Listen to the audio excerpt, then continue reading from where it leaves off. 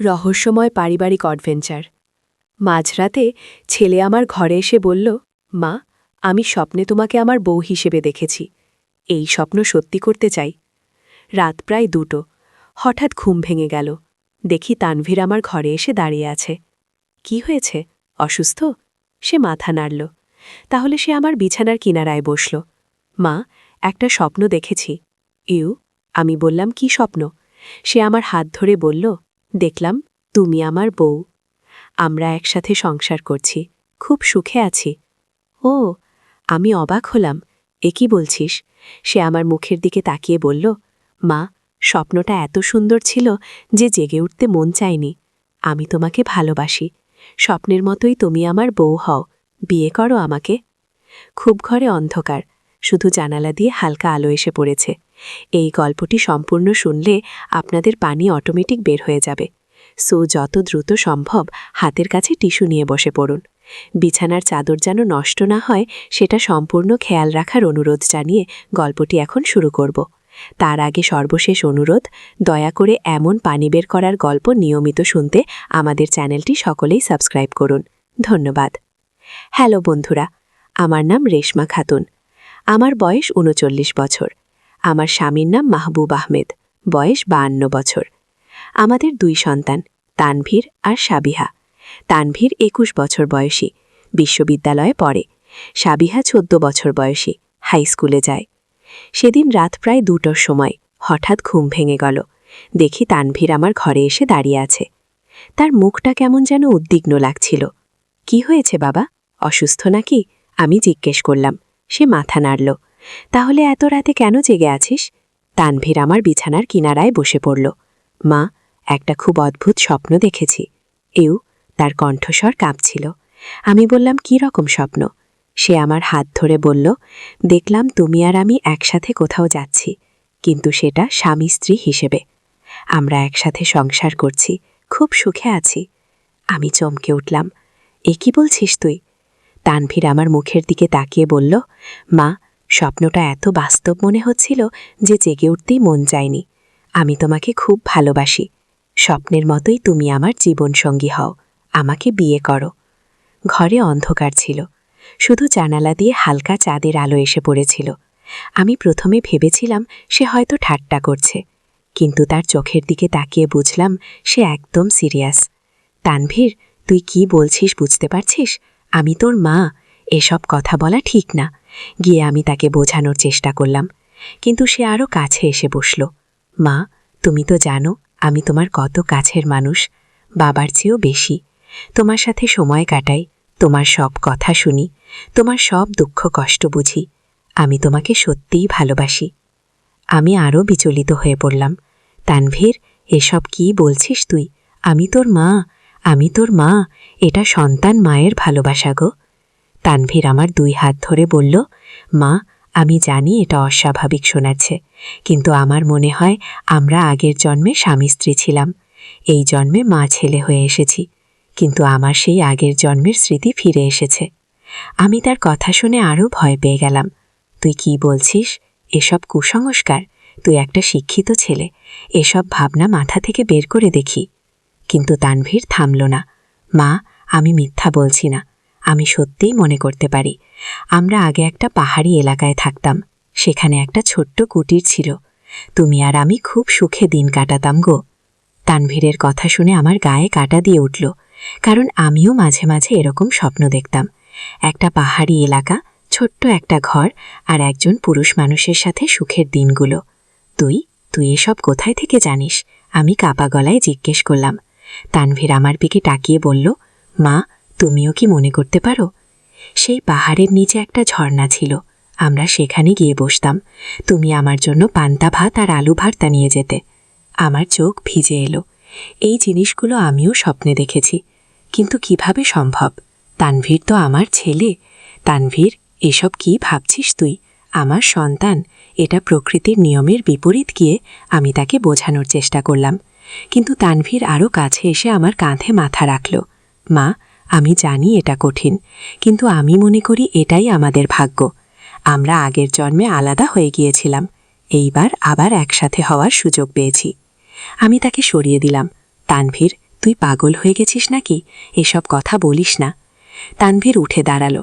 মা, আমি তোমাকে আজকেই বলবো না, তুমি ভেবে দেখো, আমি অপেক্ষা করব। কি বলে সে ঘর থেকে বেরিয়ে গেল। আমি সারা রাত ঘুমাতে পারলাম না। তানভীরের কথাগুলো মাথায় ঘুরতে থাকল, আর আমার সেই স্বপ্নের দৃশ্যগুলো মনে পড়তে থাকল। পরের দিন সকালে দেখি তানভীর স্বাভাবিকভাবেই আচরণ করছে। কলেজে যাওয়ার সময় আমাকে সালাম দিয়ে গেল, কিন্তু তার চোখে একটা অদ্ভুত ভাব ছিল। দুপুরে যখন একা ছিলাম তখন আমি গভীরভাবে ভাবতে শুরু করলাম, তানভীর যা বলেছে সেগুলো কি সত্যি হতে পারে? আগের জন্মের কথা কি সত্যি? সন্ধ্যায় তানভীর কলেজ থেকে ফিরে এলো। সে আমার কাছে এসে বসল। মা, তুমি কি ভেবেছ? আমি বললাম, তানভীর, এসব নিয়ে আর ভাবিস না, এগুলো সব কল্পনা। কি? তানভীর হাল ছাড়ল না। মা, আমি তোমাকে একটা জায়গায় নিয়ে যেতে চাই, সেখানে গেলে তুমি সব বুঝতে পারবে গো। আমি কৌতূহলী হয়ে উঠলাম। কোন জায়গা? তানভীর বলল, এই শহর থেকে 3 ঘন্টার পথ, একটা পাহাড়ি এলাকা। আমার মনে হয় সেখানেই আমরা আগে থাকতাম। গে আমি প্রথমে রাজি হইনি, কিন্তু তানভীর এতই বায়না করল যে শেষে রাজি হয়ে গেলাম। পরের দিন শুক্রবার ছিল। আমরা সকাল সকাল বাসে করে রওনা দিলাম। 3 ঘন্টা পর এক পাহাড়ি এলাকায় পৌঁছালাম। জায়গাটা দেখেই আমার মনে হলো যেন চিনতে পারছি। তানভীর আমাকে একটা পথ দিয়ে নিয়ে চল। মা, এই দিকে আসো। আমরা হাঁটতে হাঁটতে একটা ছোট্ট পুরানো কুটিরের সামনে পৌঁছালাম। কুটিরটা অনেকদিন পুরানো, ভাঙাচোরা। কুটিরটা দেখেই আমার চোখে জল এসে গেল। মনে হলো যেন আমি এই জায়গাটা চিনি, এখানেই আমি কোনো এক সময় থেকেছি। তানভীর বলল, মা, এটাই সেই ঘর যেখানে আমরা থাকতাম। আমি কিছু বলতে পারলাম না, শুধু চোখের জল মুছতে থাকলাম। তানভীর আমার হাত ধরে বলল, মা, এবার কি মনে পড়ছে আমরা এই ঘরে কত সুখে ছিলাম গো? আমি মাথা নাড়লাম। সত্যিই মনে পড়ছিল। হঠাৎ একটা বয়স্ক লোক এদিকে এলো। আপনারা কারা? এখানে কেন এসেছেন? তানভীর বলল, দাদু, আমরা এই ঘরের খোঁজ নিতে এসেছি। এখানে আগে কে থাকতো? বয়স্ক লোকটি বলল, অনেক বছর আগের কথা। এখানে একজোড়া স্বামী স্ত্রী থাকত। খুব ভালো মানুষ ছিল তারা, কিন্তু একদিন হঠাৎ দুজনেই মারা গেল। একটা দুর্ঘটনা হয়েছিল। এই কথা শুনে আমার সারা শরীর কাঁপতে শুরু করলো। তানভীর আমাকে জড়িয়ে ধরল। মা, এবার কি বুঝতে পারছো? আমরা সেই স্বামী স্ত্রী গো। বয়স্ক লোকটি আরো বলল, তারা দুজনে একসাথেই মারা গিয়েছিল, পাহাড় থেকে পড়ে। সেই থেকে এই ঘর ফাঁকা পড়ে আছে। আমি কাঁদতে শুরু করলাম। সবকিছু মনে পড়তে থাকলো। তানভীর বলল, মা, আমরা সেদিন এই পাহাড় থেকে ফল তুলতে গিয়েছিলাম। তুমি পা পিছলে পড়ে গেছিলে। আমি তোমাকে বাঁচাতে গিয়ে নিজেও পড়ে গেছিলাম। আমার সব মনে পড়ে গেল। আমরা সত্যিই আগের জন্মে স্বামী স্ত্রী ছিলাম। এই জন্মে মা ছেলে হয়ে এসেছি, কিন্তু আগের জন্মের ভালোবাসা মনে রয়ে গেছে। কিন্তু এখন কি করব? আমি তো তানভীরের মা। এটা সমাজে কখনো গ্রহণযোগ্য হবে না। তানভীর আমার কথা বুঝতে পেরে বলল, মা, আমি জানি এটা কঠিন, কিন্তু আমি তোমাকে সত্যিই ভালোবাসি। আমি চাই তুমি আমার সাথে এখানে থেকে যাও। আমি মাথা নাড়লাম। তানভীর, এটা সম্ভব না। আমার অন্য সন্তান আছে, স্বামী আছে। তানভীর দুঃখিত মুখ করে বলল, তাহলে আমরা কি করব মা? আমি তার মুখের দিকে তাকিয়ে বললাম, আমরা আগের জন্মের স্মৃতি নিয়ে বেঁচে থাকব, কিন্তু এই জন্মে আমরা মা ছেলে। সেদিন সন্ধ্যায় আমরা বাড়ি ফিরে এলাম, কিন্তু দুজনের মনেই ভারী একটা কষ্ট। পরের দিন থেকে তানভীর আর আমার সাথে আগের মতো স্বাভাবিক আচরণ করতে পারছিল না। সে দূরত্ব বজায় রাখতে শুরু করল। 1 মাস পর তানভীর আমার কাছে এসে বলল, মা, আমি এখান থেকে চলে যেতে চাই, বিদেশে পড়াশোনা করব। আমি বুঝতে পারলাম সে কেন যেতে চাচ্ছে। তুই যেতে চাস? তানভীর মাথা নাড়ল। হ্যাঁ মা, আমি মনে করি এটাই ভালো হবে আমাদের দুজনের জন্যই। চোখে জল এসে গেল। কিন্তু তুই তো আমার ছেলে, তোকে ছাড়া আমি থাকবো কেমন করে?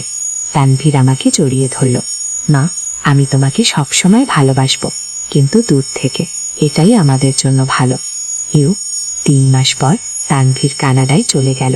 আমি প্রতিদিন তার সাথে ফোনে কথা বলি, কিন্তু সেই আগের মতো ঘনিষ্ঠতা আর নেই। মাঝে মাঝে মনে হয় আমরা আগের জন্মে যে ভালোবাসা পাইনি সেটার জন্য এই জন্মে কষ্ট পাচ্ছি। কিন্তু এটাই হয়তো ভাগ্য। আজকাল যখন একা থাকি তখন সেই পাহাড়ি কুটিরের কথা মনে পড়ে আগের জন্মের সুখের দিনগুলো। হয়তো পরের জন্মে আমরা আবার একসাথে হতে পারবো। তানভীর এখন কানাডায় ভালো আছে, সে পড়াশোনা করছে, নতুন বন্ধুবান্ধব হয়েছে। মাঝে মাঝে ফোনে বলে, মা তুমি কেমন আছো? আমি বলি, ভালো আছি বাবা, কিন্তু আমার মনের গভীরে একটা শূন্যতা রয়ে গেছে। স্বামী মাহবুব মাঝে মাঝে জিজ্ঞেস করে, তানভীর এত তাড়াহুড়ো করে বিদেশ যাওয়ার কি দরকার ছিল? আমি বলি, ও নিজের ভবিষ্যৎ নিয়ে ভেবেছে, কিন্তু সত্যিকারের কারণ আমি কাউকে বলতে পারি না। মেয়ে সাবিহা মাঝে মাঝে বলে, মা তানভীর ভাই কেন এত কম ফোন করে? আগে তো প্রতিদিন তোমার সাথে কত কথা বলতো। আমি হেসে বলি, ও ব্যস্ত থাকে পড়াশোনা নিয়ে। রাতের বেলা যখন একা শুয়ে থাকি তখন মনে হয় জীবনটা কত অদ্ভুত।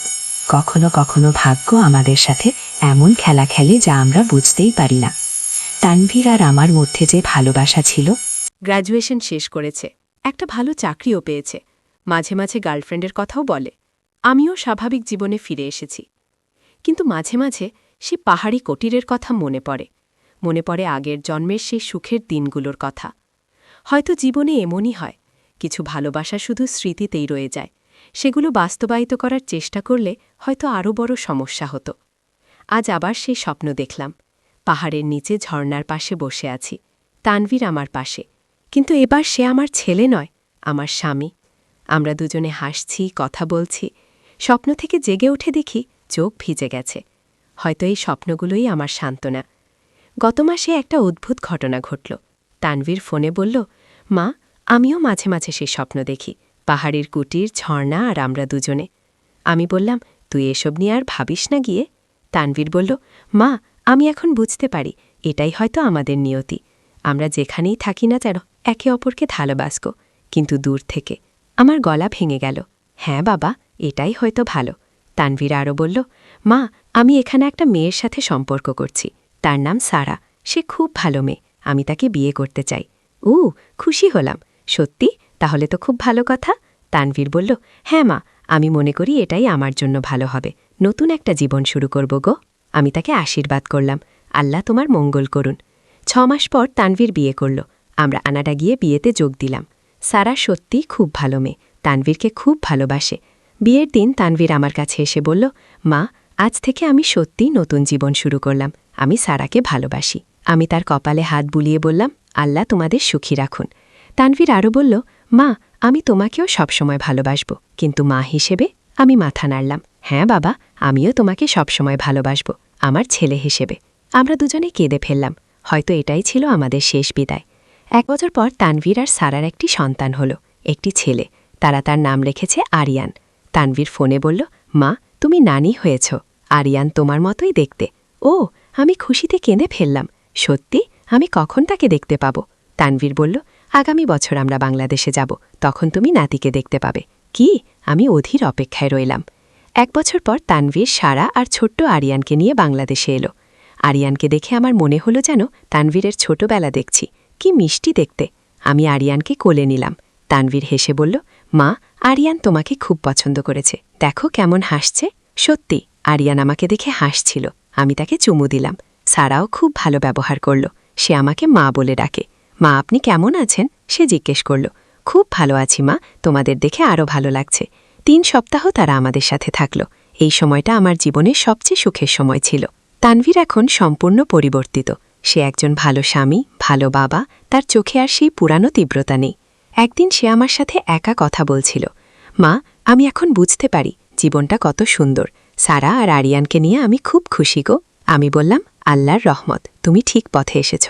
তানভীর বলল, মা আমি এখন আর সেই পুরাণ কথা ভাবি না, সেগুলো অতীত হয়ে গেছে কি। আমি মাথা নাড়লাম, হ্যাঁ বাবা, সেটাই ভালো। তানভীর আরও বলল, মা আমি চাই আরিয়ান তোমার কাছে মানুষ হোক, তুমি তাকে ভালো শিক্ষা দিও। আমি খুশি হয়ে বললাম, অবশ্যই, আমি তাকে আমার সন্তানের মতো ভালোবাসব। যখন তারা কানাডা ফিরে গেল আমি আবার একা হয়ে পড়লাম, কিন্তু এবার সেই একাকিত্ব যন্ত্রণাদায়ক ছিল না। আমি জানতাম তানভীর সুখে আছে। এখন 3 বছর হয়ে গেছে। তানভীর আর সারার আরেকটি সন্তান হয়েছে, একটি মেয়ে, তারা তার নাম রেখেছে আয়েশা। তানভীর মাঝে মাঝে ভিডিও কলে আরিয়ান আর আয়েশাকে দেখায়, তারা আমাকে নানি বলে ডাকে। আরিয়ান এখন 3 বছর বয়স, সে খুব বুদ্ধিমান। ভিডিও কলে আমার সাথে কথা বলে, নানি আমি তোমার কাছে যাব। আমি বলি, হ্যাঁ বাবা, আসবে, নানি তোমার জন্য অপেক্ষা করছে। কি মাঝে মাঝে মনে হয় জীবনটা সত্যিই অদ্ভুত। একসময় যা অসম্ভব মনে হয়েছিল, সময়ের সাথে সাথে সব ঠিক হয়ে গেছে। তানভীর এখন একজন সফল মানুষ, তার নিজের একটা কোম্পানি আছে, সারার সাথে সুখে সংসার করছে। আমিও এখন শান্তিতে আছি। স্বামী মাহবুবও এখন আমার পাশে আছে। মেয়ে সাবিহা এখন বিশ্ববিদ্যালয়ে পড়ে। মাঝে মাঝে সেই পাহাড়ি কুটিরের কথা মনে পড়ে, কিন্তু এখন আর সেই যন্ত্রণা নেই, বরং একটা মিষ্টি স্মৃতি হয়ে রয়েছে। গত বছর একবার আমি আবার সে পাহাড়ি এলাকায় গিয়েছিলাম, একা একা। সেই কুটিরটা এখনও আছে, আরও ভাঙাচোরা হয়ে গেছে। আমি সেখানে বসে অনেকক্ষণ কাটিয়েছিলাম। মনে মনে সেই অতীতের মানুষদের ধন্যবাদ দিয়েছিলাম তাদের ভালোবাসার জন্য। ফিরে আসার সময় মনে হচ্ছিল যেন একটা অধ্যায় শেষ হয়ে গেল, এখন নতুন অধ্যায় শুরু। নাতি নাতিনীদের নিয়ে আজকাল রাতে ঘুমানোর আগে আরিয়ান আর আয়েশার জন্য দোয়া করি। তানভীর আর সারার জন্য আল্লাহ যেন তাদের সবসময় সুখে রাখেন। মাঝে মাঝে ভাবি, আমাদের সেই অদ্ভুত ভালোবাসার গল্পটা কি সত্যিই ছিল, নাকি শুধু একটা কল্পনা? কিন্তু তানভীরের সাথে সেই পাহাড়ি কুটির দেখার পর আমার মনে হয় সবটাই সত্যি ছিল।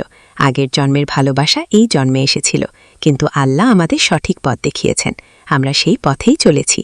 এখন যখন তানভীরের সাথে কথা বলি, মনে হয় সে সত্যিই আমার ছেলে, সেই অতীতের জটিলতা আর নেই। গত মাসে তানভীর বলেছে, মা, আগামী বছর আমরা স্থায়ীভাবে বাংলাদেশে ফিরে আসব, আরিয়ান আর আয়েশাকে এখানে মানুষ করতে চাই। আমি খুব খুশি হয়েছিলাম। সত্যি? তাহলে তো আমি নাতি নাতিনীদের সাথে থাকতে পারব গো। তানভীর বলল, হ্যাঁ মা, আমি চাই আরিয়ান আর আয়েশা বাংলা সংস্কৃতিতে বড় হোক, তোমার কাছ থেকে শিখুক। আমি আনন্দে কেঁদে ফেলেছিলাম। জীবন সত্যি আমাকে আবার সুযোগ দিচ্ছে। আগামী বছর যখন তানভীরের পরিবার এদেশে ফিরে আসবে, তখন আমি আরিয়ান আর আয়েশাকে সবসময় দেখতে পাব, তাদের বড় হতে দেখব। মাঝে মাঝে মনে হয় জীবনের প্রতিটি ঘটনার একটা কারণ আছে। আমাদের সেই অদ্ভুত অভিজ্ঞতাও হয়তো একটা কারণেই ঘটেছিল।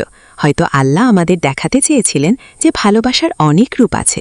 মা ছেলের ভালোবাসা, স্বামী স্ত্রীর ভালোবাসা, নানি নাতির ভালোবাসা। প্রতিটি ভালোবাসার নিজস্ব সৌন্দর্য আছে, প্রতিটি সম্পর্কের নিজস্ব মর্যাদা আছে। এখন আমি বুঝতে পারি, তানভীরের সাথে আমার যে সম্পর্ক, সেটা মা ছেলের পবিত্র সম্পর্ক। এর চেয়ে সুন্দর আর কিছু হতে পারে না। আর সেই আগের জন্মের ভালোবাসা, সেটা থাক স্মৃতিতে, একটা মিষ্টি স্বপ্ন হয়ে। আজ রাতেও হয়তো আমি সেই স্বপ্ন দেখব, পাহাড়ের কুটির, ঝর্ণার শব্দ আর দুজনের হাসি। কিন্তু এখন আর সেটা যন্ত্রণা দেবে না, বরং মনে হবে কত সুন্দর একটা স্মৃতি আমার আছে, কত রোমাঞ্চকর একটা অভিজ্ঞতা হয়েছিল আমার জীবনে। এই গল্পটা আমি কাউকে বলতে পারবো না, এটা শুধু আমার আর তানভীরের মধ্যেই থেকে যাবে। কিন্তু মাঝে মাঝে মনে হয় এমন অভিজ্ঞতা হয়তো অনেকেরই হয়, শুধু কেউ বলে না। জীবনে কত রহস্য আছে, কত অজানা কথা।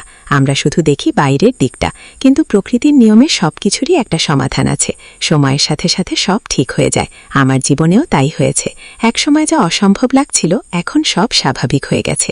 তানভীর এখন একজন সুখী মানুষ, আমিও শান্তিতে আছি। আর আগামীকাল নতুন আশায় ভরা নাতি নাতিনীদের সাথে কাটানো দিনগুলোর জন্য অপেক্ষা করছি, তাদের হাসি কান্না, তাদের দুষ্টুমি দেখার জন্য। জীবনের এই নতুন অধ্যায়ে আমি পূর্ণ মনোযোগ দেব। অতীতে সেই জটিল স্মৃতি থাক একপাশে, এখন শুধু এগিয়ে যাওয়া, ভবিষ্যতের দিকে তাকিয়ে। আল্লাহ আমাদের সবাইকে সঠিক পথ দেখান, আমিন।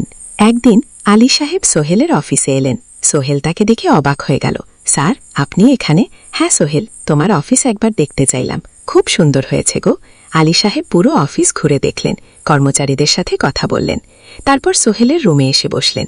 সোহেল, তুমি অনেক দূর এসেছো, মনে আছে 7 বছর আগে তুমি যখন আমার অফিসে প্রথম এসেছিলে চা বানানোর কাজ করতে?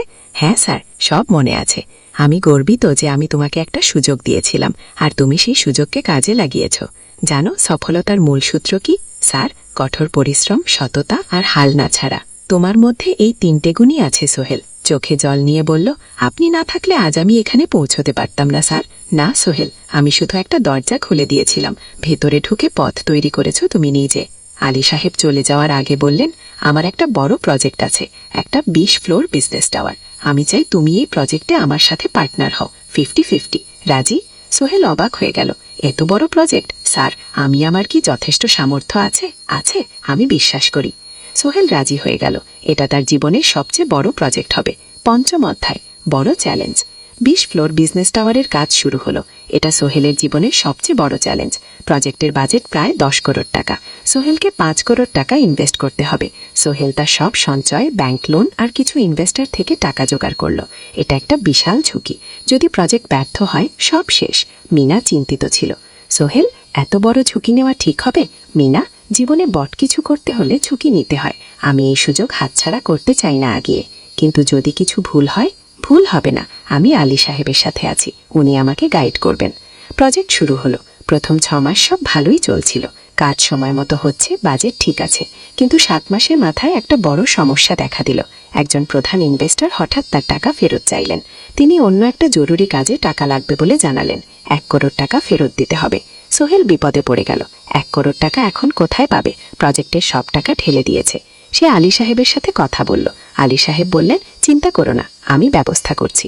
কিন্তু আলী সাহেবও বড় একটা প্রজেক্টে আটকে আছেন, তার হাতে লিকুইড ক্যাশ নেই। সোহেল অন্য ব্যাংক থেকে লোন নেওয়ার চেষ্টা করল, কিন্তু ব্যাংক বলল ইতিমধ্যে তার অনেক লোন আছে, নতুন লোন দিতে পারবে না। সোহেল রাতে ঘুমাতে পারছিল না, খাওয়া দাওয়া বন্ধ করে দিয়েছিল। মিনা তাকে দেখে খুব চিন্তিত হয়ে গেল। সোহেল, প্লিজ নিজেকে এভাবে শেষ করে ফেলো না, কোনো একটা রাস্তা বের হবেই কি? কিন্তু সোহেল কোনো রাস্তা দেখতে পাচ্ছিল না। ইনভেস্টর 15 দিন সময় দিয়েছে। 15 দিনের মধ্যে টাকা ফেরত না দিলে তিনি আইনি ব্যবস্থা নেবেন। 10 দিন কেটে গেল। সোহেল কোনো সমাধান খুঁজে পেল না। সে প্রায় হাল ছেড়ে দিয়েছিল। 11 দিনের দিন একটা অপ্রত্যাশিত ঘটনা ঘটল। জাহিদ ভাই সোহেলের পুরনো সহকর্মী তার অফিসে এলেন। জাহিদ ভাই এখন একটা রিয়েল এস্টেট কোম্পানিতে সিনিয়র ম্যানেজার। জাহিদ ভাই, সোহেল, আমি তোমার সমস্যার কথা শুনেছি। হ্যাঁ ভাই, আমি বিপদে পড়েছি। আমি তোমাকে সাহায্য করতে চাই। আমার কিছু সঞ্চয় আছে, 5 লাখ টাকা তুমি নাও।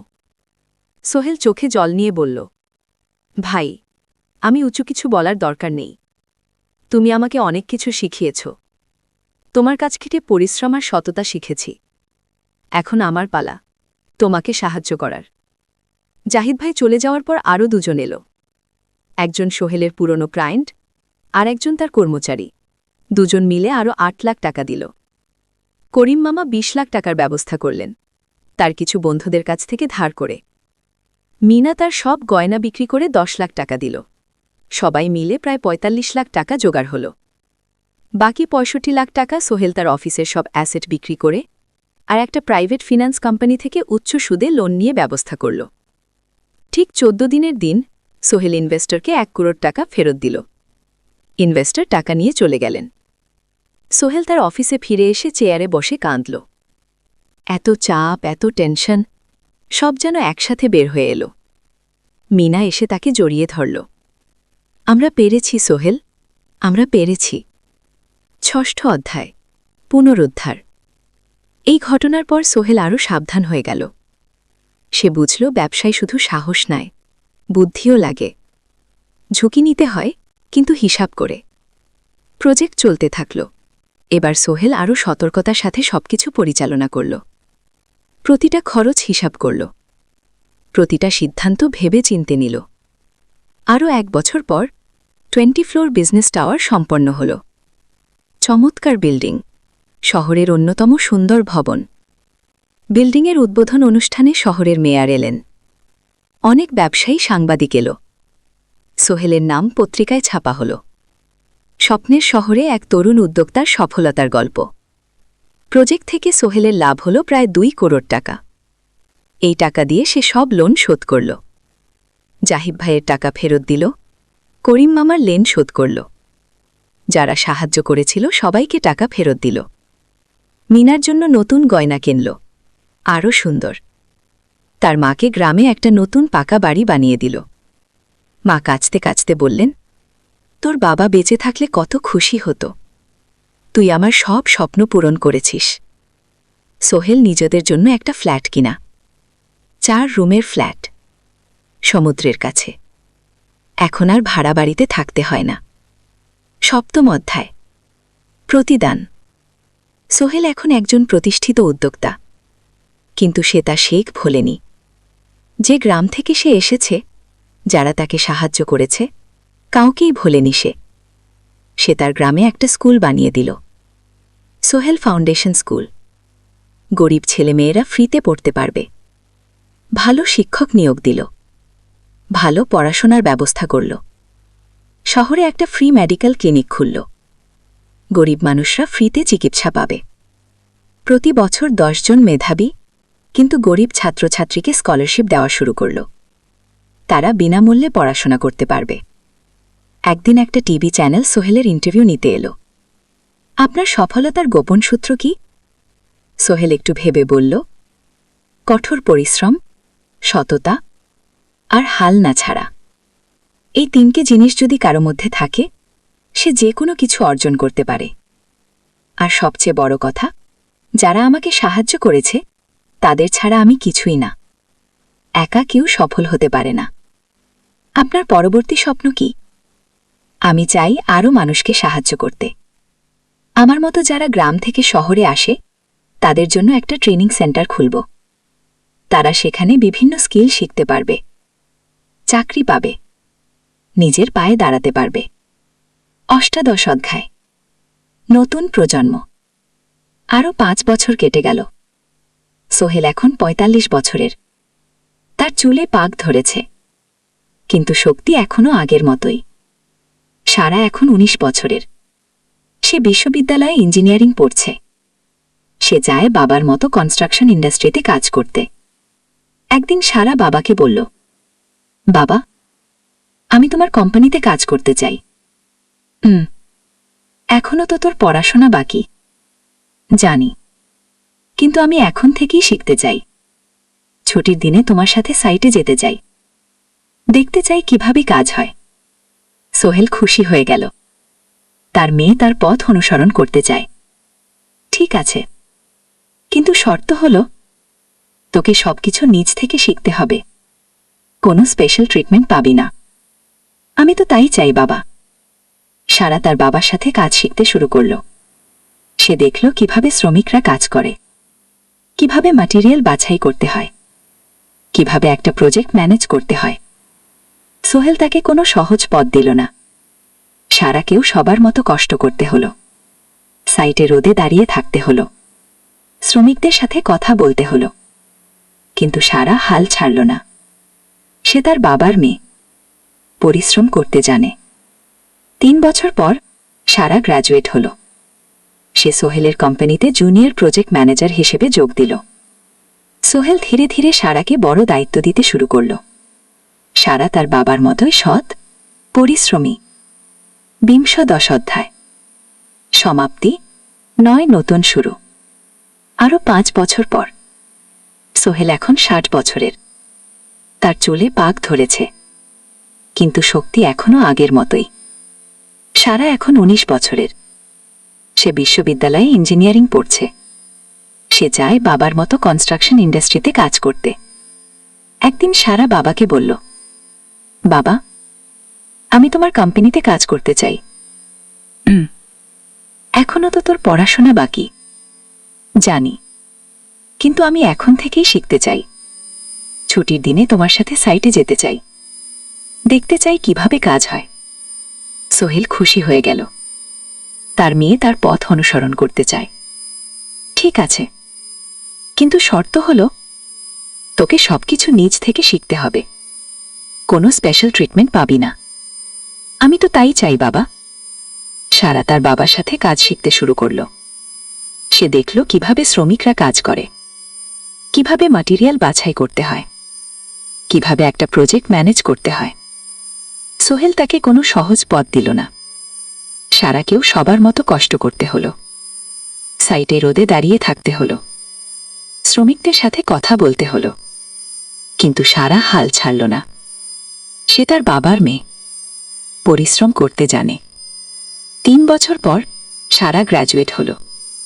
সে সোহেলের কোম্পানিতে জুনিয়র প্রজেক্ট ম্যানেজার হিসেবে যোগ দিল। সোহেল ধীরে ধীরে সারাকে বড় দায়িত্ব দিতে শুরু করল। সারা তার বাবার মতোই সৎ, পরিশ্রমী। বিংশদশ অধ্যায়, সমাপ্তি, ৯ নতুন শুরু। আরও ৫ বছর পর। সোহেল এখন ৬০ বছরের। সে সিদ্ধান্ত নিল, এবার অবসর নেওয়ার সময় এসেছে। কোম্পানির দায়িত্ব সারাকে দেবে। একটা অনুষ্ঠান করা হলো। সোহেল আনুষ্ঠানিকভাবে কোম্পানির চেয়ারম্যান পদ থেকে অবসর নিল। সারা হল নতুন ম্যানেজিং ডিরেক্টর। সোহেল তার বক্তব্যে বলল, আমি যখন এই শহরে এসেছিলাম, আমার পকেটে ছিল মাত্র ৫,০০০ টাকা, একটা ছোট্ট ব্যাগ আর অনেক স্বপ্ন। আজ ৪০ বছর পর আমি পেছনে ফিরে তাকাই, দেখি একটা দীর্ঘ পথ। সেই পথে অনেক কষ্ট ছিল, অনেক বাধা ছিল, কিন্তু ছিল অনেক ভালোবাসাও, অনেক মানুষের সাহায্য। আমি বিশ্বাস করি সফলতা একা আসে না, এটা আসে অনেক মানুষের সমর্থন, ভালোবাসা আর বিশ্বাস নিয়ে। আমি যা কিছু অর্জন করেছি তা আমার একা না, এটা আমার পরিবারের, আমার কর্মচারীদের, আমার বন্ধুদের, সবার। আজ আমি আমার মেয়ে সারার হাতে এই দায়িত্ব তুলে দিচ্ছি। আমি জানি সে আমার চেয়ে ভালো করবে, কারণ সে শিখেছে আমার ভুল থেকে, আমার অভিজ্ঞতা থেকে। অনুষ্ঠান শেষ হলো, সবাই চলে গেল। সোহেল আর মিনা অফিসে একা দাঁড়িয়ে রইল। মিনা, মনে আছে আমরা প্রথম কখন দেখা হয়েছিলাম? হ্যাঁ, তোমার সেই ছোট্ট মুদি দোকানে। তুমি বিস্কুট কিনতে এসেছিলে। কি কে ভেবেছিল সেই দিন থেকে আমাদের এই পর্যন্ত।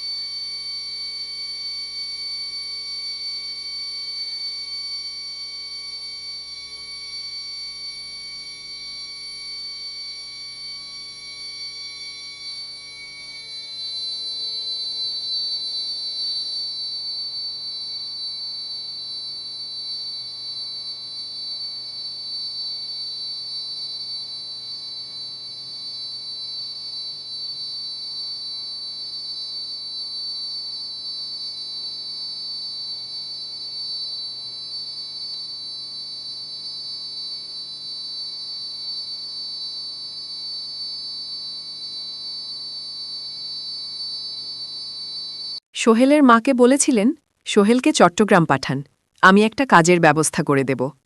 সেই কথাতেই ভরসা করে সোহেল আজ এই যাত্রা। দ্বিতীয় অধ্যায়, নতুন শহর। চট্টগ্রাম পৌঁছাতে প্রায় 6 ঘন্টা লেগে গেল। দুপুর 1টা বাজে সোহেল স্টেশন থেকে বের হয়ে শহরের রাস্তায় দাঁড়াল। কি বিশাল শহর! এত গাড়ি, এত মানুষ, চারদিকে উঁচু উঁচু বিল্ডিং, দোকানপাট, মানুষের ভিড়। সোহেল কিছুক্ষণ দাঁড়িয়ে থাকল সবকিছু দেখতে দেখতে। তার মনে হচ্ছিল সে যেন অন্য কোনো পৃথিবীতে এসে পড়েছে। তার পকেটে একটা ছোট্ট কাগজ আছে, সেখানে লেখা একটা ঠিকানা, করিম মিয়া, বাড়ি নং 23, রোড নং 5, আগ্রাবাদ, চট্টগ্রামকে। সোহেল একটা রিকশা ডাকল। কত নেবেন আগ্রাবাদ যেতে? 50 টাকা। সোহেল রিকশায় উঠল। রাস্তার দুধারে দোকান, মার্কেট, অফিস সবকিছু দেখতে দেখতে সে অবাক হয়ে গেল। এত বড় শহর, এত কিছু! গ্রামের সেই ছোট্ট বাজারের সাথে কোনো তুলনাই হয় না। প্রায় আধ ঘন্টা পর রিকশা একটা পুরনো বাড়ির সামনে থামল। 3 তলা বাড়ি, কিন্তু রং উঠে গেছে। সিঁড়ি দিয়ে উঠে 3য় তলায় করিম মামার ফ্ল্যাটে নক করল। দরজা খুলল এক মধ্যবয়সী মহিলা। কে? আসসালামু আলাইকুম আপা, আমি সোহেল, নোয়াখালীর গ্রাম থেকে এসেছি। করিম মামা বাড়িতে আছেন? মহিলা তাকে মাথা থেকে পা পর্যন্ত দেখল। করিম তো অফিসে গেছেন। তুমি কে? কোথা থেকে এসেছ? সোহেল সব খুলে বলল। মহিলা তাকে ভেতরে ঢুকতে দিল। বসো, করিম সন্ধ্যায় ফিরবে। ফ্ল্যাটটা ছোট, 2টো রুম, একটা ছোট্ট রান্নাঘর আর একটা বাথরুম, কিন্তু সোহেলের কাছে খুব সুন্দর লাগল। গ্রামের সেই টিনের ঘরের চেয়ে তো অনেক ভালো। মহিলা তার নাম জানাল, সালমা, করিম মামার স্ত্রী। তাদের 2টো ছেলে, একজন ক্লাস 8-এ পড়ে, আরেকজন ক্লাস 5-এ। খেয়েছ? সালমা আপা জিজ্ঞেস করল। না আপা, গো। অপেক্ষা করো, ভাত আছে, মাছ আছে, খাও।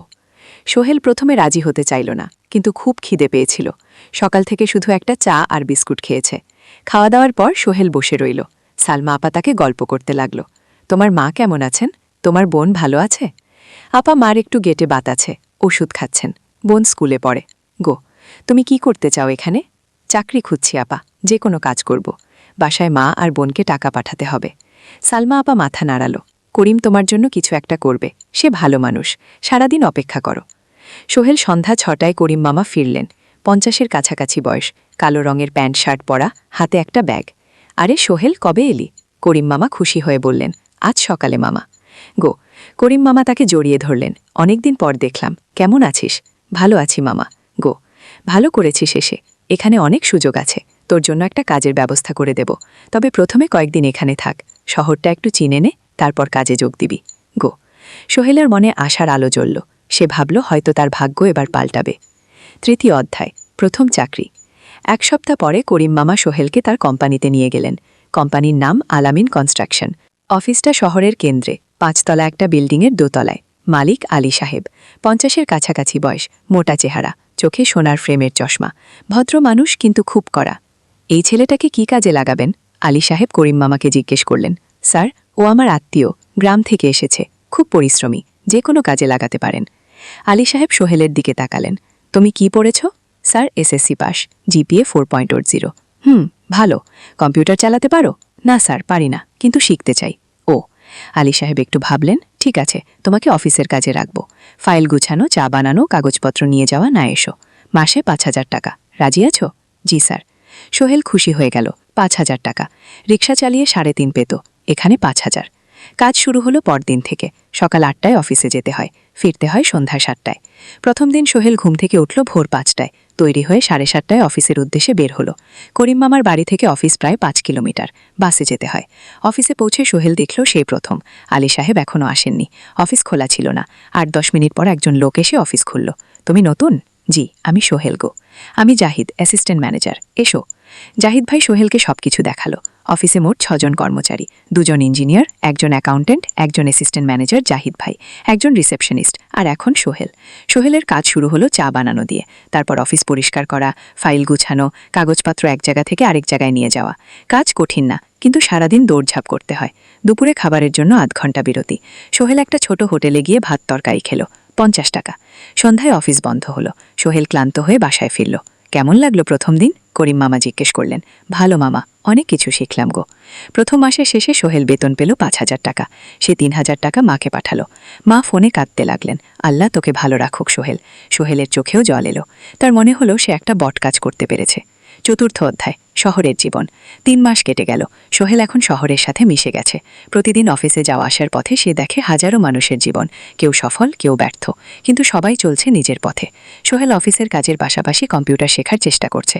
অফিসে একটা কম্পিউটার আছে, যখন কেউ ব্যবহার করে না তখন সোহেল একটু একটু শেখার চেষ্টা করে। জাহিদ ভাই তাকে সাহায্য করেন। সোহেল, তুমি যদি কম্পিউটার ভালোভাবে শিখতে পারো তাহলে তোমার ভবিষ্যৎ উজ্জ্বল গো। জাহিদ ভাই একদিন বললেন, কিভাবে শিখবো ভাই? ট্রেনিং সেন্টারে যাও, সন্ধ্যায় ক্লাস আছে, মাসে 2,000 টাকা লাগবে। কি? সোহেল ভাবল, 2,000 টাকা অনেক, কিন্তু এটা বিনিয়োগ, ভবিষ্যতের জন্য। সে একটা ট্রেনিং সেন্টারে ভর্তি হলো। সপ্তাহে 3 দিন সন্ধ্যা 7:30 থেকে রাত 9টা পর্যন্ত ক্লাস। কম্পিউটারের basic, MS Word, Excel, PowerPoint, internet ব্যবহার। একদিন অফিস থেকে ফেরার সময় সোহেল একটা দোকানে চা খেতে গেল। দোকানের পাশেই একটা ছোট্ট মুদি দোকান। সেখানে একটা মেয়ে বসে আছে, বয়স হবে 20-এর কাছাকাছি, সাদা সিথে চেহারা, সাদা শাড়ি পরা, কিন্তু চোখে এক ধরনের দৃঢ়তা। ভাইজান, 1 প্যাকেট বিস্কুট দেন গো। সোহেল বলল। মেয়েটা বিস্কুট দিল, 20 টাকা। সোহেল টাকা দিয়ে যাচ্ছিল। হঠাৎ মেয়েটা বলল, আপনি নতুন এসেছেন এই এলাকায়, তাই না? হ্যাঁ, 3 মাস হলো। কিভাবে বুঝলেন? আপনার চেহারা দেখেই বোঝা যায়, এখনও গ্রামের ছোঁয়া আছে, আর আপনি প্রতিদিন এই পথ দিয়ে যান, দেখেছি গো। মেয়েটা হাসল। সোহেলও হেসে ফেলল। আপনি খুব পর্যবেক্ষক মনে হচ্ছে গো। জীবনে অনেক কিছু দেখেছি, তাই মানুষকে চিনতে শিখেছি। আপনার নাম? মিনা। এই দোকান আমার বাবার, উনি অসুস্থ, তাই আমি দেখছি গো। সেদিন থেকে সোহেল প্রায় সেই দোকানে যেতে শুরু করলো। মিনার সাথে গল্প করত। ধীরে ধীরে তাদের মধ্যে একটা বন্ধুত্ব তৈরি হলো। মিনাও তার জীবনের গল্প বলল। মিনার মা মারা গেছেন যখন সে মাত্র 7 বছরের। বাবা আব্দুল হামিদ একা হাতে মিনাকে বট করেছেন। মুদি দোকান দিয়ে সংসার চালান। মিনা কলেজে পড়ে, অনার্স 2nd ইয়ার। সকালে কলেজে যায়, দুপুরে ফিরে এসে দোকান সামলায়। বাবার হার্টের সমস্যা আছে, তাই ভারী কাজ করতে পারেন না। তোমার স্বপ্ন কি? একদিন সোহেল জিজ্ঞেস করল। গ্র্যাজুয়েশন শেষ করে একটা ভালো চাকরি করব, তারপর বাবাকে ভালো চিকিৎসা করাবো। তুমি? আমিও চাকরি করে পরিবারকে ভালোভাবে দেখভাল করতে চাই। মা আর বোনকে নিয়ে শহরে আনবো একদিন গো। দুজনেই নিজেদের স্বপ্নের কথা বলতে গিয়ে বুঝে তাদের স্বপ্ন অনেকটা একই রকম। পঞ্চম অধ্যায়, বিপদ। 6 মাস কেটে গেল। সোহেল এখন আলী সাহেবের খুব প্রিয় কর্মচারী। সে শুধু চা বিস্কুট দেওয়ার কাজই করে না, এখন কম্পিউটারেও কিছু কাজ শিখেছে। ছোটখাটো টাইপিং, ডেটা এন্ট্রি এসব করতে পারে। আলী সাহেব খুশি হয়ে তার বেতন বাড়িয়ে 8,000 টাকা করে দিয়েছেন। একদিন রাতে সোহেল অফিস থেকে ফিরছিল। সেদিন একটু দেরি হয়ে গেছে, রাত প্রায় 9টা। সাধারণত সোহেল সন্ধ্যা 7:30টায় ফিরে, কিন্তু সেদিন অফিসে একটা জরুরি কাজ ছিল। বাস থেকে নেমে সোহেল বাড়ির দিকে হাঁটছিল। হঠাৎ একটা অন্ধকার গলিতে 3 জন লোক তাকে ঘিরে ধরল। তাদের চেহারা দেখেই বোঝা যাচ্ছিল ভালো উদ্দেশ্যে নিয়ে আসেনি। টাকা দে, একজন বলল। তার হাতে একটা ছুরি। সোহেল ভয় পেয়ে গেল। ভাই আমার কাছে খুব কম টাকা আছে। কি যা আছে দে, তাড়াতাড়ি করো। সোহেল কাঁপতে কাঁপতে তার পকেট থেকে 5 টাকা বের করে দিল। এই টাকা দিয়ে সে বাজার করবে ভেবেছিল, কিন্তু ছিনতাইকারীরা সন্তুষ্ট হলো না। শুধু 5 টাকা? তোর ব্যাগে কি আছে? তারা সোহেলের ব্যাগ কেড়ে নিল। ব্যাগে ছিল তার মোবাইল, কম্পিউটার ট্রেনিং সেন্টারের সার্টিফিকেট আর কিছু গুরুত্বপূর্ণ কাগজপত্র। না ভাই, ব্যাগটা ফেরত দেন, ওতে আমার জরুরি জিনিস আছে। মোবাইল নিয়ে নেন, কিন্তু ব্যাগটা দেন। কিন্তু ওরা শুনল না। একজন সোহেলকে জোরে ধাক্কা দিল। সোহেল পড়ে গেল। মাথা রাস্তার কংক্রিটে ধাক্কা লেগে গেল। রক্ত বের হলো। 3 জন দৌড়ে পালিয়ে গেল। কিছুক্ষণ সোহেল অজ্ঞান হয়ে পড়ে রইল। তারপর ধীরে ধীরে জ্ঞান ফিরল। মাথায় প্রচণ্ড ব্যথা। সে উঠে দাঁড়ানোর চেষ্টা করল, কিন্তু মাথা ঘুরছিল। কোনো মতে একটা দেয়াল ধরে দাঁড়ালো। একজন পথচারী তাকে দেখে থামল। কি হয়েছে ভাই? ছিনতাই হয়েছে কি? এসো, আমি তোমাকে হাসপাতালে নিয়ে যাই। কিন্তু সোহেল রাজি হলো না। ঠিক আছে, বাড়ি যেতে পারবো। সে কোনো মতে করিম মামার বাড়িতে পৌঁছালো। দরজা খুলেই সালমা আপা চিৎকার করে উঠলেন, ও আল্লাহ, কি হয়েছে? করিম মামা দৌড়ে এলেন, সোহেলকে ভেতরে নিয়ে গেলেন। তার মাথায় জল ঢেলে রক্ত পরিষ্কার করলেন। ক্ষতটা বেশ গভীর, হাসপাতালে যেতে হবে। কি? করিম মামা বলেছেন তার একটা অটোরিকশা নিয়ে নিকটস্থ হাসপাতালে গেলেন। ডাক্তার সোহেলের মাথায় 3টে সেলাই দিলেন। বলল 1 সপ্তাহ বিশ্রাম নিতে হবে, কোনো ভারী কাজ করা যাবে না। হাসপাতাল থেকে ফিরে সোহেল শুয়ে রইল। তার মনে হচ্ছিল সবকিছু শেষ হয়ে গেছে। মোবাইল চলে গেছে, গুরুত্বপূর্ণ কাগজপত্র চলে গেছে। এখন 1 সপ্তাহ অফিস করতে পারবে না। পরদিন সকালে করিম মামা আলী সাহেবকে ফোন করে সব জানালেন। আলী সাহেব বললেন, ঠিক আছে, সোহেল ভালো হয়ে এলে আসবে, চিন্তার কিছু নেই, গো। মিনা যখন এই খবর শুনল, সে সন্ধ্যায় সোহেলকে দেখতে এলো করিম মামার বাড়িতে। সাথে এনেছিল কিছু ফল। কি হয়েছিল? মিনা চিন্তিত গলায় জিজ্ঞেস করল। সোহেল সব বলল। মিনা রেগে গেল। এই শহরে এখন অনেক অপরাধ বেড়ে গেছে, পুলিশ কিছু করে না। তুমি পুলিশে রিপোর্ট করেছো? না, লাভ নেই। তবুও করা উচিত, তোমার মোবাইলটা হয়তো খুঁজে পাওয়া যাবে, গো। করিম মামা সোহেলকে নিয়ে পুলিশ স্টেশনে গেলেন। জেনারেল ডায়েরি করলেন, কিন্তু পুলিশ খুব একটা আশা দিল না। দেখি কিছু করা যায় কিনা। সোহেল বুঝল মোবাইল আর ফিরবে না। সেই 1 সপ্তাহ সোহেলের জীবনের সবচেয়ে কঠিন সময় ছিল। সে শুধু শারীরিকভাবেই ক্ষতিগ্রস্ত হয়নি, মানসিকভাবেও ভেঙে পড়েছিল। প্রতি রাতে দুঃস্বপ্ন দেখত। সেই 3 জন ছিনতাইকারীর মুখ ভুলতে পারছিল না। মিনা প্রায় প্রতিদিন আসত, তাকে সাহস দিত। তুমি হাল ছেড়ো না সোহেল, জীবনে এরকম খারাপ সময় আসে, কিন্তু এটা কাটিয়ে ওঠাই হলো আসল বীরত্ব। সোহেলের মা গ্রাম থেকে ফোন করতেন, করিম মামার মোবাইল থেকে। তুই ভালো আছিস তো সোহেল? মা সব সত্যি বলেনি, শুধু বলেছে, হ্যাঁ মা, ভালো আছি, একটু জ্বর হয়েছিল, এখন ভালো। ও 1 সপ্তাহ পর সোহেল আবার অফিসে গেল। আলী সাহেব তাকে দেখে খুশি হলেন। কেমন আছো? ভালো আছি স্যার। ঠিক আছে, তবে প্রথম কয়েকদিন হালকা কাজ করবে। সোহেল আবার কাজে মন দিল। কিন্তু একটা জিনিস তাকে খুব কষ্ট দিচ্ছিল, তার মোবাইল নেই। মায়ের সাথে কথা বলতে পারছে না। নিয়মিত করিম মামার মোবাইল চাইতে সংকোচ লাগে। একদিন জাহেদ ভাই তাকে ডাকলেন, সোহেল, আমার একটা পুরনো মোবাইল আছে, তুমি ব্যবহার করো না? না ভাই, আমি নাও, আমার কাজে লাগছে না, তুমি রাখো। সোহেল কৃতজ্ঞতায় প্রায় কেঁদে গেল। ধন্যবাদ ভাই। মোবাইল পেয়ে সোহেল প্রথমেই মাকে ফোন করল। মা খুব খুশি হলেন। এতদিন ফোন করিসনি কেন? মা, মোবাইলটা নষ্ট হয়ে গিয়েছিল, নতুন নিয়েছি। মায়ের গলায় স্বস্তি ফুটে উঠল। 6ষ্ঠ অধ্যায়, নতুন সুযোগ। আরও 3 মাস কেটে গেল। সোহেল পুরোপুরি সুস্থ হয়ে গেছে। তার জীবন আবার স্বাভাবিক হয়ে এসেছে। সে এখন কম্পিউটার ট্রেনিং শেষ করেছে, সার্টিফিকেট পেয়েছে। কিন্তু একটা ঘটনা তার জীবনে বড় পরিবর্তন নিয়ে এলো। একদিন সকালে আলী সাহেব তাকে ডাকলেন, সোহেল, বসো। সোহেল বসো। মনে একটু ভয় লাগছিল। আলী সাহেব কি তাকে বকবেন? সোহেল, তুমি তো এখন কম্পিউটার চালাতে পারো। জি স্যার, একটু একটু শিখেছি। গুড, ভালো, আমি তোমার কাজ দেখছি, তুমি খুব পরিশ্রমী। আরশাদ, আমাদের কোম্পানিতে এরকম মানুষের দরকার। সোহেল কিছু বুঝতে পারছিল না। আমি তোমাকে একটা সুযোগ দিতে চাই। আমাদের কোম্পানি একটা ট্রেনিং প্রোগ্রাম চালু করছে, নতুন কর্মচারীদের জন্য। 6 মাসের কোর্স, কম্পিউটার অ্যাকাউন্টিং, ভবন নির্মাণের হিসাব নিকাশ, প্রজেক্ট ম্যানেজমেন্ট, সব শিখবে। কোম্পানি সব খরচ দেবে। ট্রেনিংয়ের সময় তোমার বেতনও চলবে। রাজি আছো? সোহেল বিশ্বাস করতে পারছিল না। স্যার, সত্যি আমাকে এত বড় সুযোগ দিচ্ছেন? হ্যাঁ, তুমি ভালো ছেলে, পরিশ্রমী, আমি তোমাকে এগিয়ে দিতে চাই। ভবিষ্যতে তুমি এই কোম্পানির একজন গুরুত্বপূর্ণ কর্মচারী। সোহেল কৃতজ্ঞতায় প্রায় কেঁদে গেল। ধন্যবাদ স্যার, আমি কঠোর পরিশ্রম করব, আমি জানি গো। সেদিন সন্ধ্যায় সোহেল মিনার দোকানে গেল। মিনাকে খবরটা দিল। মিনা খুব খুশি হল, তার চোখে জল এসে গেল। তুমি পারবে সোহেল, আমি জানি গো। সোহেল তার মা আর বোনকেও খবরটা দিল। মা কাঁদতে লাগলেন, তোর বাবা বেঁচে থাকলে কত খুশি হতো। ট্রেনিং শুরু হলো পরের মাস থেকে। প্রতিদিন সকালে 3 ঘন্টা ক্লাস, তারপর বাকি সময় অফিসের কাজ। ক্লাসে 5 জন নতুন কর্মচারী, সবাই তরুণ, উৎসাহী। শিক্ষক ছিলেন একজন অভিজ্ঞ ইঞ্জিনিয়ার, নাম রাহিম স্যার। তিনি খুব ভালোভাবে সব কিছু বুঝাতেন। কম্পিউটার অ্যাকাউন্টিং, এক্সেলের জটিল ক্যালকুলেশন, প্রজেক্টের বাজেট তৈরি, সময় ব্যবস্থাপনা, সব। সোহেল পুরো মনোযোগ দিয়ে শিখতে লাগল। সন্ধ্যায় বাড়ি ফিরে প্র্যাকটিস করত। করিম মামার ছেলের কাছ থেকে একটা ল্যাপটপ ধার নিত কখনো কখনো। 6 মাস পরে ট্রেনিং শেষ হলো, সবাই সার্টিফিকেট পেল। আলী সাহেব একটা অনুষ্ঠান করলেন। সোহেল সেরা পারফর্মার হিসেবে একটা বিশেষ পুরস্কার পেল, 5,000 টাকা বোনাস।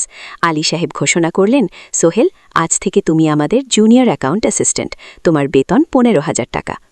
সোহেল অবাক হয়ে গেল, 8,000 থেকে 15,000, প্রায় দ্বিগুণ। সেদিন রাতে সোহেল ঘুমাতেই পারল না। খুশিতে উত্তেজনায় তার চোখে ঘুম নেই। সে ভাবল তার জীবন কিভাবে বদলে যাচ্ছে।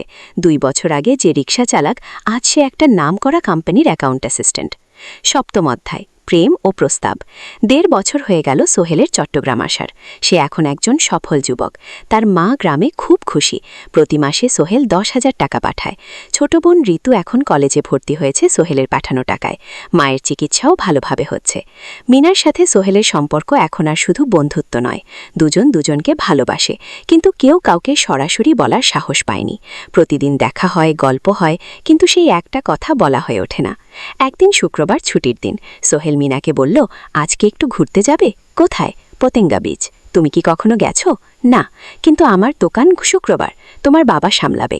মিনা রাজি হয়ে গেল। দুপুরে দুজনে বাস নিয়ে পতেঙ্গা গেল। সমুদ্র দেখে মিনা অবাক হয়ে গেল। কি সুন্দর! দুজনে বালিতে বসল। ঢেউয়ের শব্দ শুনতে শুনতে গল্প করছিল। হঠাৎ সোহেল বলল, মিনা, তোমার সাথে কিছু বলার ছিল। বলো সোহেল। একটা লম্বা শ্বাস নিল। তুমি জানো, আমি তোমাকে ভালোবাসি। মিনা হাসল, তার চোখ ভিজে গেল। জানি, আমিও তোমাকে ভালোবাসি সোহেল। সোহেল অবাক হয়ে গেল। সত্যি? হ্যাঁ, অনেক দিন ধরেই। জানি তুমি আমার জীবনে এসে সবকিছু বদলে দিয়েছ। তোমার সাথে থাকলে আমার মনে হয় আমি যে কোনো কিছু করতে পারবো। দুজনে কিছুক্ষণ চুপ করে বসে রইল। সমুদ্রের ঢেউ এসে পায়ে লাগছিল। সূর্য পশ্চিমে ঢলে পড়ছে। আকাশ লাল কমলা হয়ে গেছে। কিন্তু আমার বাবার সাথে কথা বলতে হবে। মিনা বলল, আমি তৈরি, যখন বলবে তখন বলবো। পরের সপ্তাহে সোহেল মিনার বাবার সাথে কথা বলল। আব্দুল হামিদ সাহেব প্রথমে একটু দ্বিধা করলেন। তুমি কোন পরিবারের ছেলে? তোমার বাবা কি করতেন? সোহেল সব সত্যি বলল। তার বাবা ছিলেন স্কুল শিক্ষক, মারা গেছেন 10 বছর আগে। মা গ্রামে থাকেন, ছোট বোন কলেজে পড়ে। তুমি নিজে কি করো? আমি আলামিন কনস্ট্রাকশন কোম্পানিতে জুনিয়র অ্যাকাউন্ট অ্যাসিস্ট্যান্ট, মাসে 15,000 টাকা বেতন। ও, আব্দুল হামিদ সাহেব ভাবলেন। তারপর বললেন, দেখো, মিনা আমার একমাত্র সন্তান, তার মা নেই, আমি একা তাকে বট করেছি। আমি চাই মিনা একজন ভালো ছেলের সাথে বিয়ে হোক। তুমি দেখতে ভালো ছেলে মনে হচ্ছে, কিন্তু আমাকে তোমার মায়ের সাথে দেখা করতে হবে, তোমার পরিবারকে জানতে হবে। জি আঙ্কেল, আমি ব্যবস্থা করছি। সোহেল খুশিতে আটখানা। সে সেদিন রাতেই তার মাকে ফোন করল। মাকে সব বলল। মা প্রথমে অবাক হলেন, তারপর খুশি হলেন। মিনা, মা, মেয়েটা কেমন? খুব ভালো মা, তুমি দেখলে পছন্দ করবে। কি? ঠিক আছে, আমি আর ঋতু আসছি চট্টগ্রাম। 2 সপ্তাহ পর সোহেলের মা আর বোন চট্টগ্রাম এলো। সোহেল তাদের নিয়ে মিনার বাড়িতে গেল। 2 পরিবার একসাথে বসল। মিনার বাবা সোহেলের মাকে দেখে খুশি হলেন। সোহেলের মা সহজ সরল ভদ্রমহিলা। আপনার ছেলে খুব ভালো, মিনা তাকে পছন্দ করে, আমিও রাজি। আব্দুল হামিদ সাহেব বললেন, আমার সোহেল সৎ ছেলে, মিনাকে খুব ভালোবাসে, আমি জানি ও মিনাকে সুখে রাখবে। সোহেলের মা বললেন, বিয়ের তারিখ ঠিক হলো 3 মাস পর। এই 3 মাসে সোহেল যথেষ্ট টাকা জমাবে। বিয়ে হবে সাদামাটা কিন্তু সুন্দর। 8ম অধ্যায়, নতুন পথ। 3 মাস কেটে গেল দ্রুত। সোহেল প্রতিদিন কঠোর পরিশ্রম করছিল। অফিসে তার কাজের প্রশংসা হচ্ছে। আলী সাহেব তাকে এখন ছোটখাটো প্রজেক্টের হিসাব দেখতে দিচ্ছেন। সোহেল তার সঞ্চিত টাকা দিয়ে বিয়ের আয়োজন করল। বিয়ে হলো মিনার বাড়ির কাছের একটা কমিউনিটি সেন্টারে। খুব বেশি লোক আসেনি, 2 পরিবারের আত্মীয় স্বজন আর অফিসের কয়েকজন সহকর্মী, কিন্তু অনুষ্ঠান ছিল খুব সুন্দর। সোহেল যখন মিনাকে বিয়ের পোশাকে দেখল, তার মনে হলো পৃথিবীর সবচেয়ে সুন্দর মেয়ে সে। লাল শাড়ি পরা, মুখে হালকা মেকআপ, কিন্তু তার স্বাভাবিক সৌন্দর্য ছিল আসল। বিয়ের পর সোহেল একটা ছোট্ট ফ্ল্যাট ভাড়া নিল, 2 রুমের ফ্ল্যাট, মাসে ভাড়া 5,000 টাকা। মিনা এখনও তার পড়াশোনা চালিয়ে যাচ্ছে। আরও 1 বছর বাকি গ্রাজুয়েশন শেষ হতে। সোহেলের মা আর বোন গ্রামে ফিরে গেল। মা বলে গেলেন, সোহেল, মিনাকে ভালো রাখিস, মেয়েরা অনেক ত্যাগ করে সংসার করতে। জানি মা। নতুন জীবন শুরু হলো। সোহেল সকালে অফিসে যায়, সন্ধ্যায় ফেরে। মিনা সকালে কলেজে যায়, দুপুরে ফিরে রান্না করে, ঘর গোছার। সন্ধ্যায় দুজনে একসাথে বসে পড়াশোনা করে, গল্প করে, টিভি দেখে। জীবন সুন্দর ছিল, কিন্তু চ্যালেঞ্জও ছিল। মাসিক খরচ, ভাড়া 5,000, বাজার 3,000, বিদ্যুৎ গ্যাস 1,000, মায়ের জন্য 5,000, মিনার কলেজের খরচ 1,002, মোট প্রায় 14,000 টাকা। বাঁচাতো মাত্র 1,000 খানিক। কিন্তু সোহেল হাল ছাড়ল না। শেষ সন্ধ্যায় একটা কম্পিউটার ট্রেনিং সেন্টারে পার্ট টাইম পড়ানো শুরু করলো। সপ্তাহে 3 দিন, 2 ঘন্টা করে। এতে মাসে আরও 3,000 টাকা আসতে লাগলো। মিনাও বসে থাকলো না। সে বাড়িতে বসে কয়েকজন স্কুলের ছাত্রছাত্রীকে টিউশন পড়াতে শুরু করলো। মাসে 2,000 টাকা আয়। এভাবে কেটে গেল 6 মাস। দুজন মিলে পরিবার চালাচ্ছে, স্বপ্ন দেখছে। একদিন সোহেল বলল, মিনা, আমি একটা নতুন স্বপ্ন দেখছি। কি? আমি নিজে একটা ছোট্ট কনস্ট্রাকশন কোম্পানি খুলতে চাই। ছোট ছোট প্রজেক্ট নেব, বাড়ি মেরামত, ছোট বিল্ডিং বানানো, এইসব। তোমার কি যথেষ্ট অভিজ্ঞতা আছে? আছে। আমি 2 বছর ধরে এই কাজের সাথে জড়িত, অনেক কিছু শিখেছি। আর আলী সাহেবও আমাকে সাহায্য করবেন। কিন্তু টাকা কোথায়? কোম্পানি খুলতে তো অনেক টাকা লাগবে। আমি জমাচ্ছি, আরও 1 বছর কাজ করব, তারপর চেষ্টা করব। মিনা তাকে সমর্থন দিল। তুমি পারবে, তোমার মধ্যে সেই শক্তি আছে। নবম অধ্যায়, চ্যালেঞ্জের সময়। কিন্তু ভাগ্য সবসময় অনুকূলে থাকে না। সোহেল যখন স্বপ্ন দেখছিল নিজের কোম্পানি খোলার, তখনই একটা বড় সমস্যা এলো। আলী সাহেবের কোম্পানি একটা বড় প্রজেক্ট পেয়েছিল, একটা 10 তলা বিল্ডিং বানানোর কাজ। কিন্তু প্রজেক্টের প্রধান ইনভেস্টর হঠাৎ পালিয়ে গেল। তিনি কোম্পানির কাছ থেকে প্রায় 50 লাখ টাকা নিয়ে গেছেন, কিন্তু কাজ শেষ হয়নি। কোম্পানি বড় ক্ষতির মুখে পড়ল। আলী সাহেব অনেক কর্মচারীকে ছাঁটাই করতে বাধ্য হলেন। প্রায় 10 জনকে চাকরি থেকে বাদ দিলেন। বাকিদের বেতন কমাতে হলো।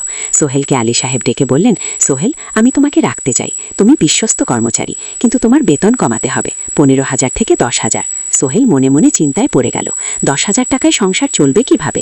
মায়ের খরচ, ভাড়া, বাজার সব মিলিয়ে তো 14,000 টাকা লাগে। কিন্তু সে কিছু বলল না। ঠিক আছে স্যার। বাড়ি ফিরে সোহেল মিনাকে সব বলল। মিনা চিন্তিত হয়ে গেল। এখন কি হবে? চিন্তা করো না, আমি পার্ট টাইম টিউশনে সময় বাড়াবো, আর তুমিও বেশি করে টিউশন নাও। কিন্তু আমার তো পড়াশোনাও আছে। জানি, কিন্তু এখন এটাই করতে হবে। সোহেল সন্ধ্যায় আরও 2 জায়গায় পার্ট টাইম কাজ খুঁজে। একটা দোকানে সন্ধ্যায় হিসাব দেখার কাজ পেল, মাসে 2,000 টাকা। আর একটা জায়গায় সপ্তাহান্তে কম্পিউটার রিপেয়ারের কাজ পেল, মাসে 1,500 টাকা। মিনাও 3 জন নতুন স্টুডেন্ট নিল। টিউশনে তার আয় বাড়ল 2,000 থেকে 3,500-এ। কঠিন সময় ছিল। সোহেল সকাল 8টায় অফিসে যেত, সন্ধ্যা 6টায় ফেরত। তারপর একটু বিশ্রাম নিয়ে 7:30টায় বের হতো পার্ট টাইম কাজে। রাত 10টায় বাড়ি ফেরত। রবি সোমবার কম্পিউটার রিপেয়ারের কাজ। মিনাও সকালে কলেজে যেত, দুপুরে ফিরে রান্না করত, তারপর বিকেলে টিউশন পড়াতো। রাতে খাওয়া দাওয়ার পর পড়াশোনা করত। দুজনেরই শরীর খারাপ হতে শুরু করল। সোহেল একদিন অফিসে অজ্ঞান হয়ে পড়ে গেল। ডাক্তার দেখাতে নিয়ে গেল। ডাক্তার বলল, অতিরিক্ত পরিশ্রম, শরীরে পুষ্টির অভাব, ঠিকমতো খাচ্ছেন না মনে হচ্ছে। গিয়ে সত্যি কথা, খরচ বাঁচাতে সোহেল আর মিনা অনেক সময় কম খেত। মাংস মাছ কিন্তু সপ্তাহে 1 দিন, বাকি সময় শাকসবজি ডাল। মিনা সোহেলকে বলল, আর নয় সোহেল, তুমি এভাবে নিজেকে শেষ করে ফেলছ। আমার পড়াশোনা বন্ধ করে দিই, আমি ফুল টাইম চাকরি করি। না, সোহেল জোর দিয়ে বলল, তোমার পড়াশোনা বন্ধ হবে না।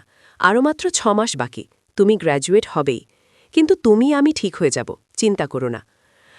কিন্তু পরিস্থিতি আরও খারাপ হলো যখন সোহেলের মায়ের অসুখ হলো, হার্টের সমস্যা। হাসপাতালে ভর্তি করতে হলো। খরচ 50,000 টাকা। সোহেলের হাতে এত টাকা কোথায়? সে করিম মামার কাছে ধার চাইল। করিম মামা 20,000 টাকা দিলেন। বাকি 30,000 টাকা সোহেল একটা এনজিও থেকে ঋণ নিল। সুদের হার মাসে 2%। মায়ের চিকিৎসা হলো, তিনি সুস্থ হয়ে গেলেন। কিন্তু সোহেল এখন ঋণের বোঝায় পড়ে গেল। প্রতি মাসে 3,000 টাকা করে কিস্তি দিতে হবে। সেই রাতে সোহেল আর মিনা বিছানায় শুয়ে কথা বলছিল। সোহেল বলল, মিনা, আমি মনে হয় ভুল করেছি শহরে এসে। বিয়ে করে তোমাকে কষ্টে ফেলেছি। গোল মিনা তার হাত ধরল। না সোহেল, তুমি ভুল করনি। জীবনে এরকম খারাপ সময় আসে, কিন্তু এটা কাটিয়ে ওঠাই হলো আসল শক্তি। আমরা একসাথে আছি, একসাথে থাকব, সবকিছু ঠিক হয়ে যাবে। মিনার কথায় সোহেল একটু সাহস পেল। হ্যাঁ, হাল ছাড়া যাবে না। 10ম অধ্যায়, আলোর দিকে। 3 মাস পরে পরিস্থিতি একটু ভালো হতে শুরু করল। আলী সাহেবের কোম্পানি একটা নতুন প্রজেক্ট পেল, একটা স্কুল বিল্ডিং বানানোর কাজ। কোম্পানি আবার স্থিতিশীল হতে শুরু করল। আলী সাহেব সোহেলকে ডেকে বললেন, সোহেল, আমি তোমার কঠোর পরিশ্রম দেখেছি। খারাপ সময়েও তুমি কোম্পানি ছেড়ে যাওনি। আমি কৃতজ্ঞ। আজ থেকে তোমার বেতন আবার 15,000 টাকা। সোহেল খুশি হয়ে গেল। ধন্যবাদ স্যার। মিনাও গ্র্যাজুয়েশন শেষ করল, ভালো ফলাফল করল। সে এখন চাকরি খুঁজছে।